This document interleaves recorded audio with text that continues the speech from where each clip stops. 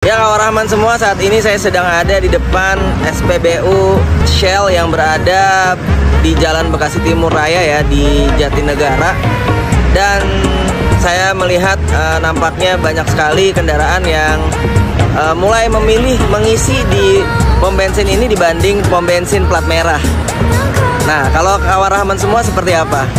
Sebagai orang yang sering lewat SPBU ini tuh, gue melihat ini sebuah keanehan ya, karena ini biasanya nggak seramai ini nih. Imbas kasus yang kemarin, gue lihat ini semakin ramai nih. Bahkan sepeda motor aja harus ngantri nih guys untuk mengisi BBM di SPBU Shell ini. Kalau menurut kawan Rahman sendiri seperti apa? Tulis kolom komentar ya.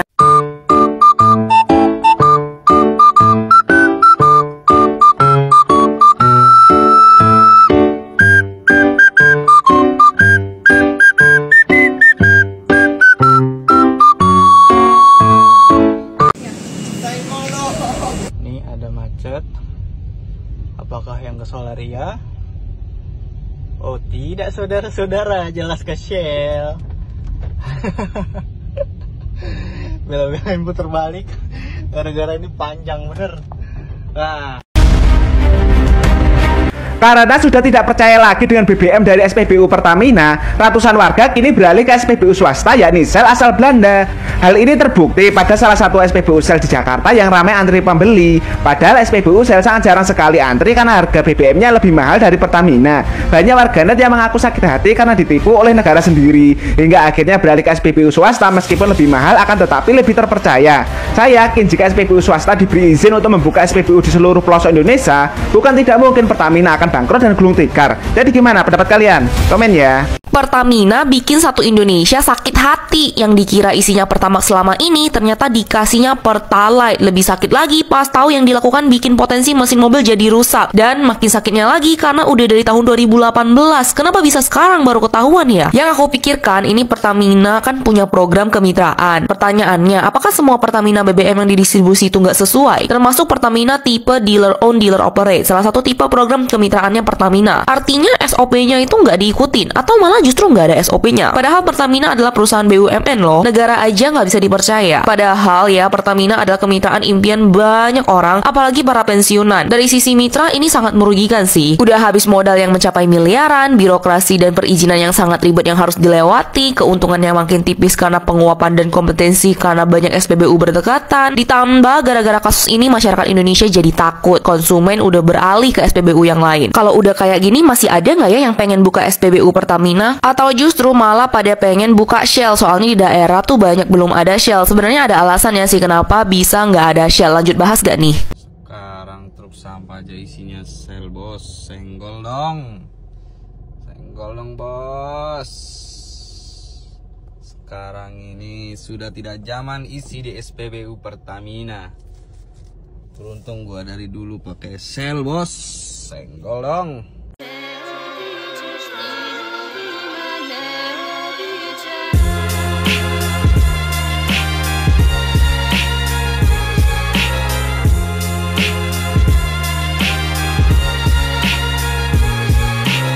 Halo, saya ingin memberikan klarifikasi sedikit mengenai video wawancara saya di TV One yang ini. Segera lakukan sosialisasi bersama para influencer ini untuk tujuannya menenangkan masyarakat bahwa oplosnya itu salah kaprah gitu. Oplos dengan blending kan beda nih. Kalau blending itu resmi, kalau oplos kan kesannya itu kan manipulatif gitu. Mas Fitra gimana? Siap bersedia mungkin? Hari ini saya dihubungi Pertamina untuk bilang bahwa bukan bensin oplosan. Saya sendiri tidak berani karena saya tidak tahu faktanya seperti apa.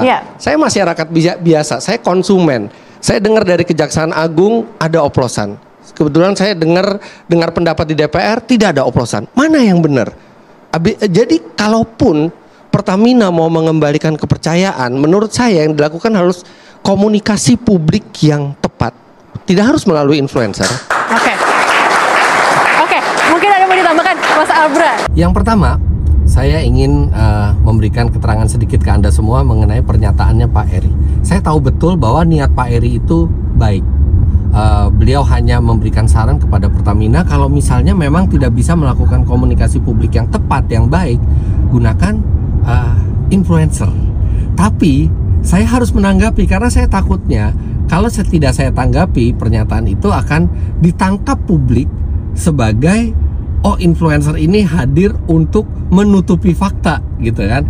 Makanya di situ saya bilang bahwa kalau saya pribadi tidak akan berani menyuarakan sesuatu mau dibayar berapapun kalau saya tidak tahu fakta yang sebenarnya. Tapi saya tahu niatnya Pak Eri itu bukan niat buruk, tapi niat baik. Kemudian pada saat saya menanggapi Pak Eri, ada tabrakan suara antara saya dan presenternya sehingga seolah-olah saya berbicara, hari ini Pertamina menghubungi saya, padahal sebenarnya ada kata walaupun yang tidak begitu terdengar. Jadi yang saya ucapkan ketika menanggapi Pak Eri yang bertabrakan dengan suara presenter itu adalah, walaupun hari ini Pertamina menghubungi saya, baru kalimat selanjutnya. Jadi Pertamina tidak pernah menghubungi saya sama sekali, itu hanya perandaian untuk menanggapi dari pernyataan dari Pak Eri. Kemudian banyak yang berpendapat bahwa obrolan saya diputus oleh TV One dengan saya baru menyebutkan beberapa poin, kemudian sudah ada tepuk tangan. Well, keadaan di studio sebenarnya tidak seperti itu karena mungkin mereka menyangka saya sudah selesai dan nada bicara saya memang seakan sudah selesai, jadi mereka bertepuk tangan dan saya juga tahu waktunya sangat singkat di sana, jadi saya harus berbagi waktu dengan narasumber yang lain. Toh di berikutnya juga saya masih diberikan kesempatan untuk berbicara lagi gitu ya. Jadi itu hanya satu segmen gitu. Hal-hal yang belum saya sampaikan di situ ada di segmen berikutnya, di wawancara tersebut saya sampaikan. Nah, kalau harapan saya semoga momen ini bisa digunakan Pertamina sebagai institusi itu untuk berbenah diri, melakukan penyelidikan yang mendalam, bukan hanya yang sudah terjerat kasus, kalau bisa yang belum terjerat tapi ada penyimpangan di dalam juga harus dibersihkan, lakukan transparansi ke publik supaya kedepannya Pertamina itu bisa memperbaiki lagi standar pelayanan serta standar kualitas produknya, dan tentunya kita semua berharap Pertamina bisa kembali menjadi BUMN yang kita cintai bersama.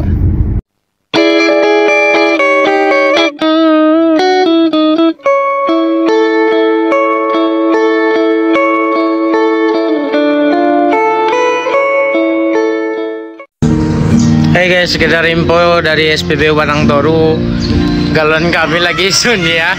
Jadi tolong untuk masyarakat Batang Toru dan Muara Batang Toru semuanya tolong ngisi dulu Gara-gara kasus oplosan, katanya Shell sekarang lebih rame daripada Pertamina yang jadi sepi kayak gini. Setelah kasusnya viral, katanya Shell sekarang jadi rame dan Pertamina jadi sepi. Apa iya? Makanya hari ini kita akan coba ya guys. Oke, di kali ini kita akan menghampiri Shell dulu ya guys. Bisa kalian lihat dari kejauhan, ini sudah rame guys. Padahal Shell yang di sini tuh nggak pernah serame ini guys. Gila, ini kalian lihat dah. Mobilnya sampai antri gini. Wow. Well, tapi masih belum serame yang gue expect ya, karena ini masih jam siang-siang gitu. Nggak tahu ya, pom bensin bisa rame. Oke, next adalah Shell di tempat lain. Kita bisa lihat di sini lah, di sini mah biasa aja guys ya. Gua nggak tahu deh, gua netral di sini. Gua hanya bener-bener bandingin. Ini adalah sebuah eksperimen kenapa bisa sepi. Oke, di kali ini kita akan melihat Pertamina. Di sini adalah tempat yang biasanya macet dan rame guys. Biasanya sampai ngantri. Tapi kalian lihat itu kosong. Wow. Oke, di next selanjutnya adalah lokasi Pertamina lainnya. Kalian bisa lihat ini guys, cuma satu mobil guys yang isi. Oh tuh ada dua guys. Oke, next ke Pertamina lagi. Kita lihat 1, 2, 3. Ada 3 dan 1 motor yang ngisi guys. Oke, lumayan. Aduh, tapi mau gimana pun gue tetap milih Shell sih guys, karena ya kalian tahu sendiri lah, gue takut mesin gue kenapa-napa dah. Dan ini bisa dapat gini gratis. Gimana? Kalau menurut kalian akan tetap pindah Shell atau stay di Pertamina? Coba kalian komen sekarang juga di bawah. Pak, alhamdulillah SPBU kita rame sekarang. Berapa rame? Wah, rame banget sampai keluar iniannya, antriannya. Kenapa Pak? SPBU kita nggak rame aja, kita diwajibin lebih mahal. Terus dari tempat izinnya beda, makanya kita kan nggak banyak. Itu nggak rame, apalagi sekarang ini rame. Ini ngapain lagi kak ini?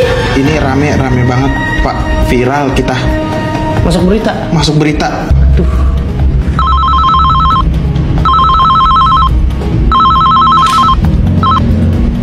Halo Pak.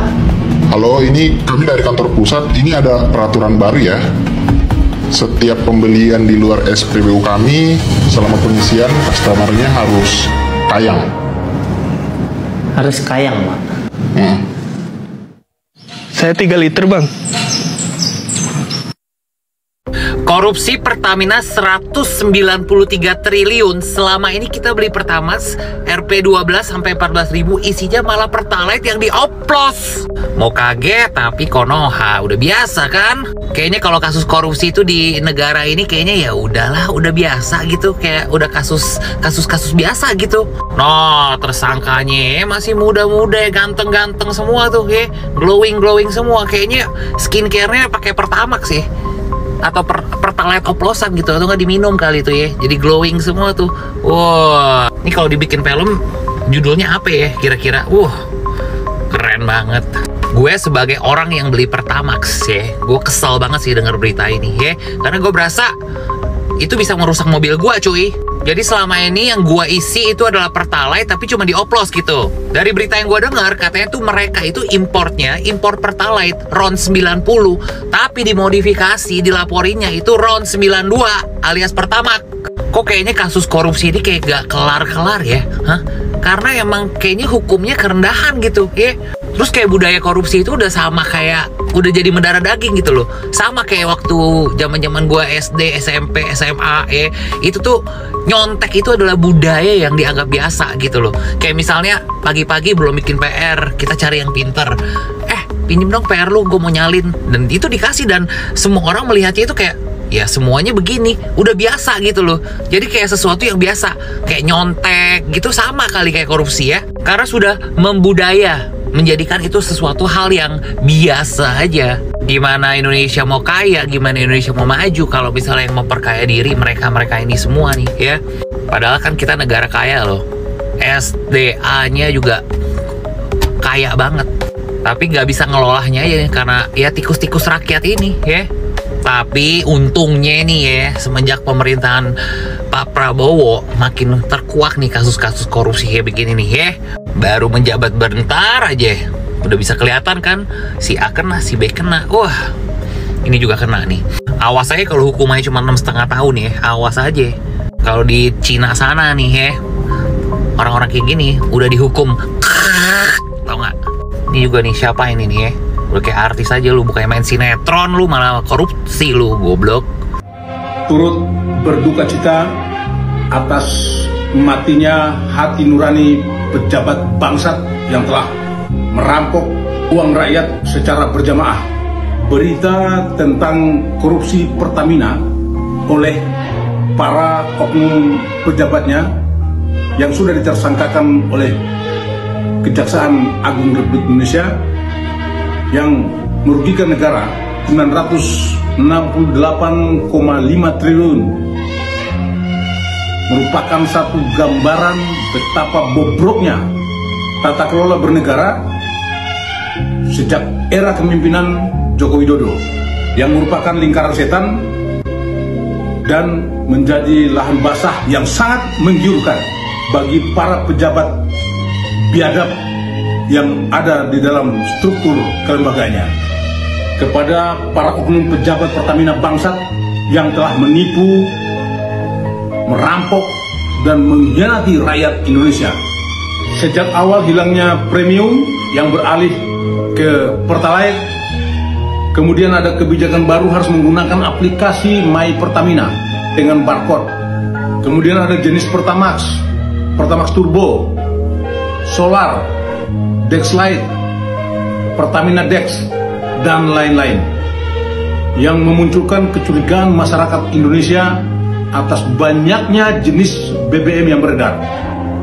Dan ternyata benar adanya itu semua hanyalah akal-akalan demi untuk ambisi dan nafsu besar mereka untuk menguras serta merampok uang rakyat. Kepada Bapak Prabowo, atas nama rakyat yang merasa dirugikan dan ditipu oleh oknum pejabat Pertamina bandit, biadab, dan bajingan ini, agar dilakukan hukuman mati tanpa proses pengadilan, sekaligus sebagai pembelajaran berharga bagi para oknum pejabat agar tidak memanfaatkan jabatannya untuk merampok uang negara dan rakyatnya. Bapak Presiden Prabowo, izinkan saya secara pribadi menawarkan diri untuk menjadi algojo eksekutor bagi para bandit pengkhianat bangsa ini. Demikian pesan dan harapan saya sebagai anak bangsa yang sangat peduli dan mencintai negeri ini. Salam waras, salam akal sehat, dan salam nasional sejati dari saya, Ruslan Buton.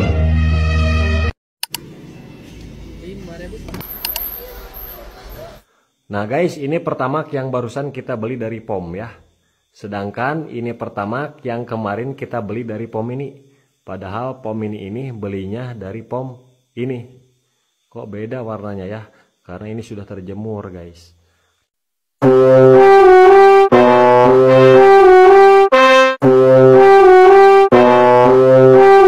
Few moments later.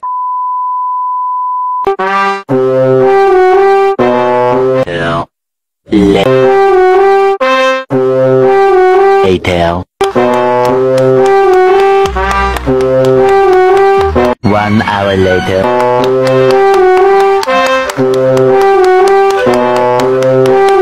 2 hours later.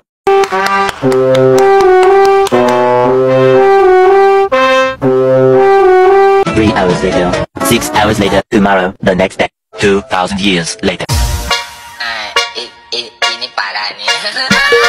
Apa benar Anda mengoplos Pertamax menjadi Pertalite membuat kerugian negara sebesar 193,7 triliun? Yang saya hormati, yang mulia, yang sangat amat terpelajar dan terbijaksana. Benar adanya yang mulia bahwa saya mengoplos Pertalite menjadi Pertamax. Terima kasih.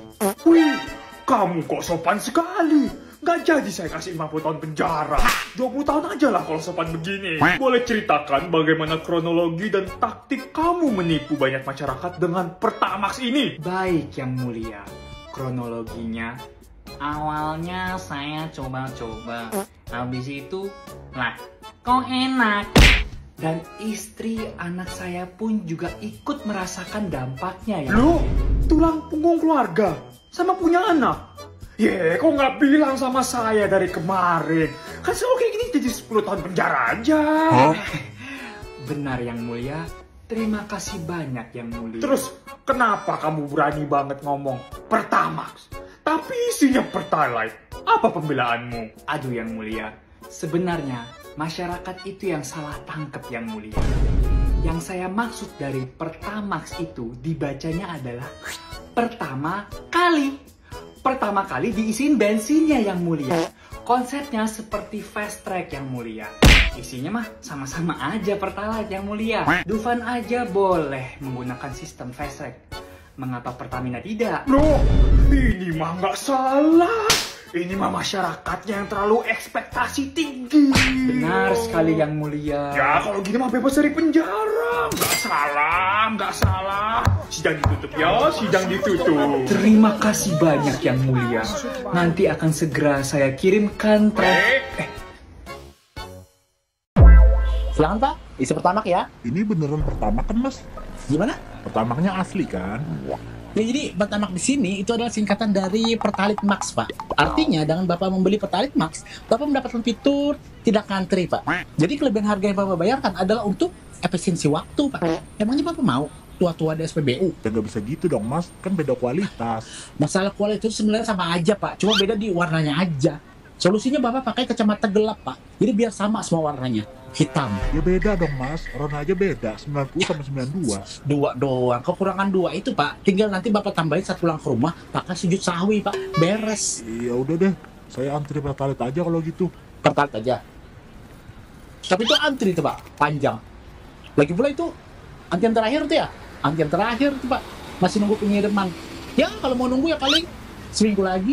Jadi mending Bapak pakai Pertamax, Pertalite Max. Maksimal harganya, minimal ngantrinya. Anjingnya ternyata selama ini gua ngisi Pertamax itu Pertalite. Aduh, rugi berapa ini gua ya? Tiap ngisi di Pertamax terus. Astaga, Anda koruptor. Semoga Anda masuk neraka paling dalam ya. Disiksa, ditusuk sampai mati. Bangke. Allah ya, nggak ikhlas gua, sumpah.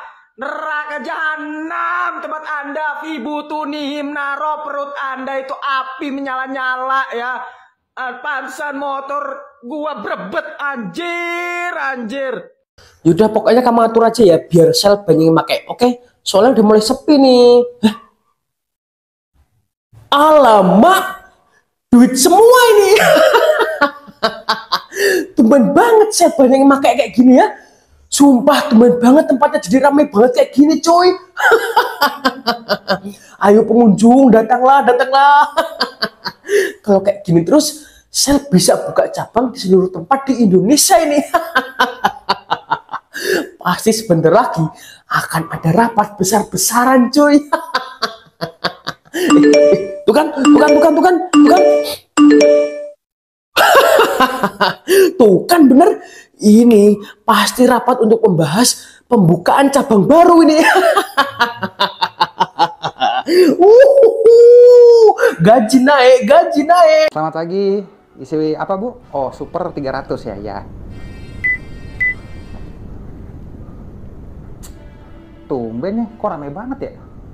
Biasanya mah dikit nih mobil-mobil nih. Padahal di Pertamina lebih murah loh, berapa ribu gitu. Pada kesini ya? Buset. Belum duduk-duduk ini gue nih.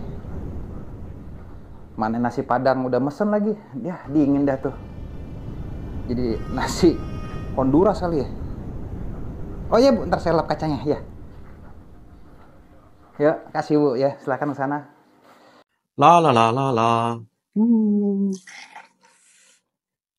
Indonesia baik-baik saja kok. Indonesia cerah banget ini. Mana ada Indonesia gelap? Apa itu Indonesia gelap? Kalian halu tuh yang bilang-bilang Indonesia gelap. Apa? Korupsi timah. Cuman 300 T aja. Korupsi Pertamina. Cuman 193 triliun aja. Kita negara besar. Kita itu negara kaya. Mana ada Indonesia gelap tuh?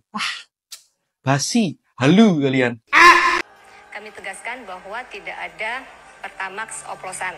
Gua tegasin juga, gua sudah boykot Pertamina. Kalian sudah boykot belum? Wah, ini ada apa lagi nih? Tahu nggak kalian per hari ini BBM di Shell, Vivo dan juga BP harganya naik? Gua nggak tahu kenapa ini asumsi gue ini kayak ada tekanan nih. Ini sekalian gua kasih tahu kalian kalau biasanya kalian pakai Pertamax, kalian di Shell belinya Super. Kalau misalnya di Vivo kalian belinya Revo 92. Atau di BP 92. Kalian bisa lihat sendiri, kalian juga bisa capture nih, kalian share juga ke keluarga kalian. Intinya kita bukan nggak sayang sama negara ini, tapi kita terlalu sering dikecewakan. Kita beli Pertamax tujuannya apa? Bukan karena oktannya aja, tapi kita kayak nggak mau nerima subsidi biar mereka lah yang kurang mampu mendapat subsidi. Bener nggak? Ternyata bertahun-tahun ini kita dibohongin, ya udah pindah aja ke yang sebelah. Gue juga kemarin udah pakai Shell, gue nggak mau lagi ke Pertamina, dan kemarin gue ngisi pakai V-Power dan kendaraan gue mantep banget. Gue naik motor tarikannya lebih enteng, pokoknya mantep banget. By the way, ini nggak ada endorse ya Dajjal, walaupun harga mereka naik, gue nggak mau pakai Pertamina lagi. Setuju nggak? Kita bongkar gaji dirut Pertamina. Siap-siap kaget.